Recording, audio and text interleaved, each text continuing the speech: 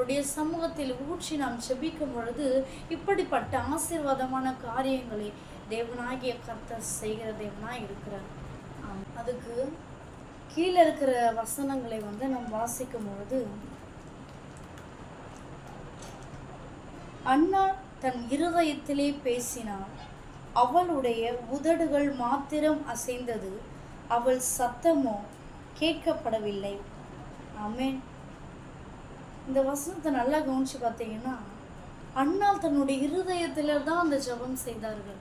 ஆமென். ஆலயத்தில் அவங்க வாய் மாத்திரம்தான் அசைந்தது, அவங்க பேசல. அவங்க இருதயத்தில், அவங்களுடைய இருதயத்தில் இருக்கிற பலவிதமான பாரங்களை ஆண்டவருடைய சமூகத்தில் அவங்க இறக்கி வைத்தார்கள். ஸோ அவங்க கத்தியோ இல்லை பேசியோ அவங்க இதை ஆண்டவருக்கு எக்ஸ்போஸ் பண்ணலை. அவங்க என்ன பண்ணுறாங்கன்னா, மௌனமாக இருதயத்திலே ஆண்டவரோடு கூட பேசுகிறாங்க. ஆமென். எவ்வளோ ஒரு ஆச்சரியம் பாருங்களேன். நம்ம இருதயத்தில் அந்த செபிக்கிற அந்த ஜெபத்தையே ஆண்டவர் கேட்பாரானால், நீங்கள் கண்ணீரோடு ஆலயத்தில் முழங்கால் படிக்கிட்டு செபிக்கிற உங்கள் ஜெபத்தை ஆண்டவர் கேட்காமல் இருப்பாரோ? ஆமென். நிச்சயமாக அவர் கேட்பார். சோர்ந்து போகாதீங்க, சோர்ந்து போகாதீங்க. ஆண்டவரை நோக்கி இன்னும் நெருங்கி ஜீவிக்க பழகி கொள்ளுங்க.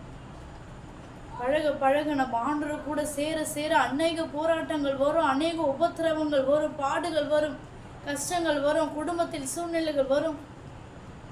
நம்ம யோபு பார்க்கும் பொழுது, யோபு தேவனை தேட தேட தேட அநேக உபத்திரவங்கள் அவனுக்கு வந்தது. அவன் நண்பர்கள் விட்டு போயிட்டாங்க, மனைவியும் தேவனை தூஷித்து ஜீவனை விடு அப்படி என்று சொல்லுகிறதை நாம் பார்க்கிறோம். ஸோ அவருடைய விசுவாசத்தை பார்த்தீங்கன்னா, பவுலை பார்த்து அவருடைய விசுவாசம் ரொம்ப பயங்கரமாக இருக்கும். தன்னுடைய 10 பிள்ளைகளை இழந்தவன், ஆடு மாடுகள், திரளான ஆஸ்திகள் எல்லாவற்றையும் இழந்த அந்த சூழ்நிலை கூட அவர் தேவனை ஒரு நாளும் மறுதளிக்கவே இல்லை. ஆமென்.